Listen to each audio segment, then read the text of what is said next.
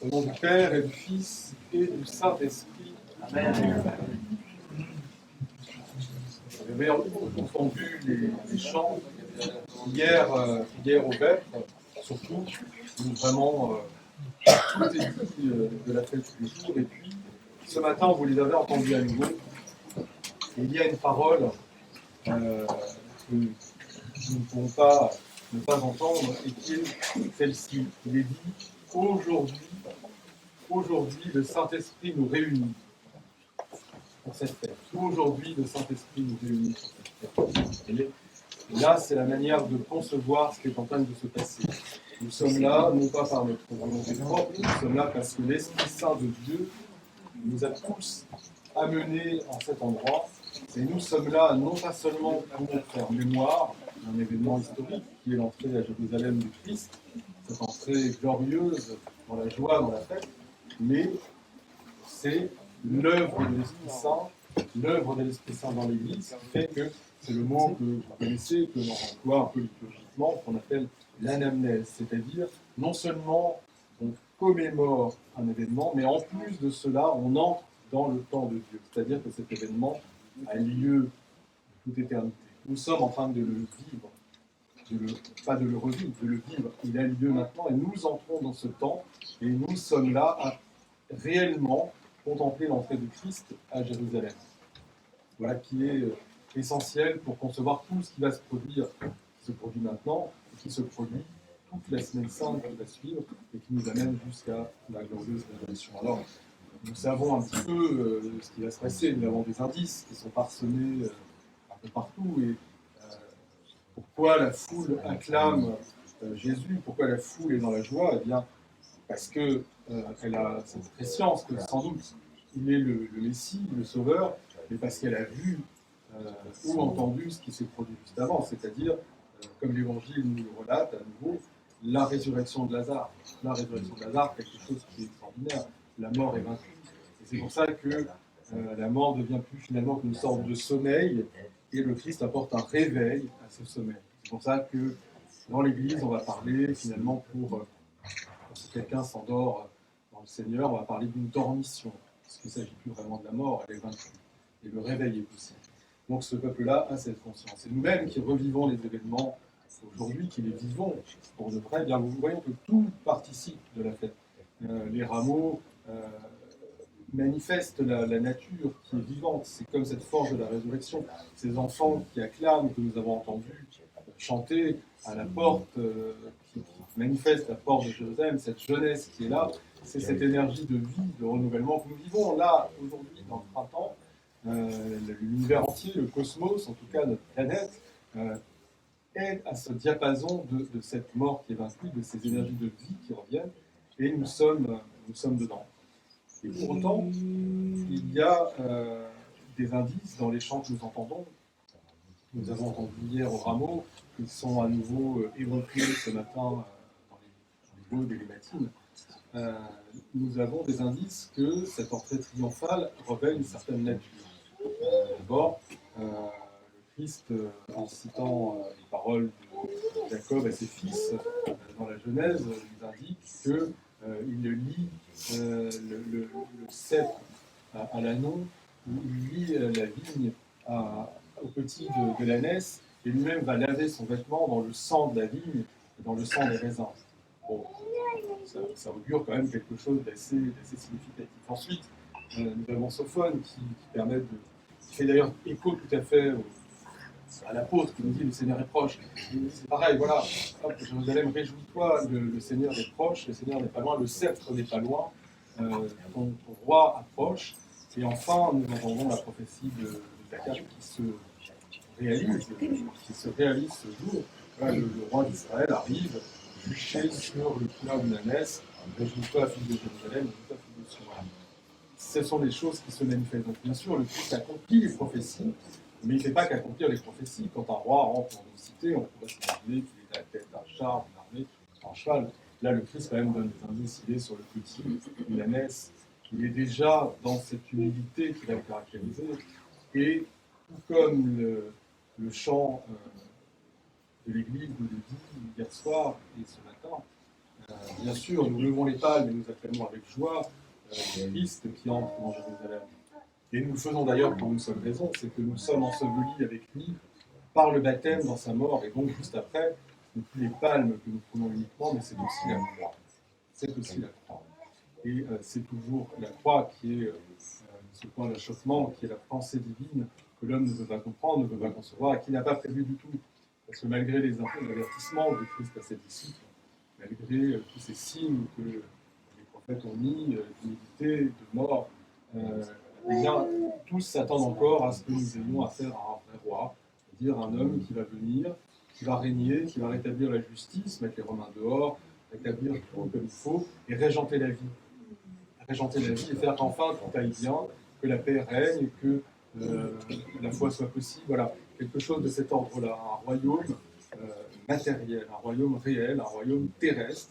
C'est ce qui un peu est attendu, et c'est pas ce qui va se passer, bien sûr, puisqu'il y aura la passion, la croix, l'humiliation, la mort et la résurrection. C'est le Saint-Père Ambroise de Milan qui nous dit quelque chose d'absolument merveilleux et touchant sur ce qui se passe et sur ce Christ couché sur un anneau. C'est quand même quelque chose d'assez stupéfiant de voir le Messie, le roi d'Israël, le sauveur du monde, Dieu fait chair, c'est sur le petit d'un anneau. C'est pour ça qu'il rentre dans la ville, qui est au cœur, le centre de la ville. Et pourquoi? Eh bien, saint Ambroise de Milan nous dit la chose suivante. L'âne, le petit anneau, en fait, c'est l'âme. C'est l'âme de l'homme. C'est l'âme de l'homme, et le Christ, le Dieu homme, a choisi bien, de chevaucher cette âme, de s'y asseoir, de tenir cette âme avec ses rênes, de guider les pas de l'âme humaine comme d'un anneau, et d'être complètement sur elle, de la diriger pleinement et d'y entrer dans sa gloire comme ça. Voilà. Vous voyez comme c'est beau, c'est cette intimité. On nous propose quoi? L'entrée dans Jérusalem, c'est aussi l'entrée du Christ dans notre cœur, dans notre âme. C'est le Christ qui va nous chevaucher, qui va guider nos pas, guider notre vie et nous donner cette intimité fabuleuse. Voilà, il n'y a plus de séparation entre Dieu et l'homme. Il est là, il entre en nous. Dieu entre dans notre vie, Dieu entre en nous comme il entre par les portes de Jérusalem. Et bien sûr, eh bien, on nous encourage à ce que tout en nous, toute force, toute énergie en nous, acclame le Seigneur, se réjouissent, disent Hosanna, c'est-à-dire aide-nous, accomplis les choses qu'il faut pour nous, au Fils de David, au roi de notre roi. Se réjouir, avec les palmes de la victoire, les palmes de l'onction, et puis jeter sous ses pieds lorsqu'il chevauche comme ça à travers la ville, eh bien notre vêtement, c'est-à-dire tout ce qui nous fait un être de péché, tout le souci, tout ce qui dans notre vie, en fait toute notre vie, donner tout ce qui nous constitue pour que le Christ le foule aux pieds et en prenne le contrôle. Et pour ce faire, non seulement il nous donne cette intimité fabuleuse, c'est-à-dire que nous allons pouvoir voir, toucher Dieu, vivre avec lui, mais c'est pas tout. Il va beaucoup plus loin que ça, c'est-à-dire que comme à Lazare, la mort est vaincue. Et la grâce qu'il nous donne, c'est la grâce de la résurrection aussi. Et ça, un présent immense, on ne peut pas se faire à cette idée-là. La mort est vaincue, elle n'a pas de sens, elle est inacceptable, non seulement alors que nous ne méritons pas à cause de notre nature, notre péché, Dieu vient en nous, mais en plus, il vient pour nous donner la vie éternelle. Et ça, c'est tout à fait extraordinaire. Mais il y a un hic, c'est que bien sûr, là encore, c'est comme pour le peuple de Jérusalem, hein, c'est pas la royauté d'Israël qui est restaurée, c'est pas une sorte de vie sociale réglée sur le Christ et tout va bien, c'est pas ça qui s'est accompli, hein, on a eu la passion, la mort, la résurrection, tout ce qui s'ensuit. Et souvent, dans nos vies, il ne faut pas se tromper sur ce que le Christ nous apporte. On souhaite, moi le premier, souvent, que le fait de se dire, voilà, je suis chrétien, je suis baptisé, je vais prier, le Christ entre en moi, alors tout va aller bien, j'ai ce Dieu que je vais prier, et je vais lui demander, il va m'exaucer, ma vie va aller mieux, je vais réussir, je vais réussir dans mon métier, il va me donner la santé, je vais lui demander telle chose, que tel président soit élu, il va m'exaucer, il va donner la paix à notre pays, et notre vie va la régenter comme ça, et finalement l'Église aussi qui est là, elle va être entendue, elle va montrer au monde comment on doit se comporter, nous allons être protégés, en sécurité, etc.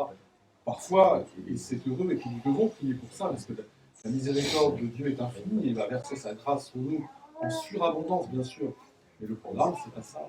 Le programme, c'est pas ça. Le programme, ça n'arrête pas au rameau, à la joie, c'est pas ça. c'est la croix. C'est la croix parce que c'est le seul moyen d'entrer dans la communion parfaite avec lui. C'est-à-dire nous joindre à son humilité. Nous joindre à son humilité, celui qui rentre assis sur un anneau. Être humble comme lui. Nous abaisser juste autant qu'il est possible pour nous.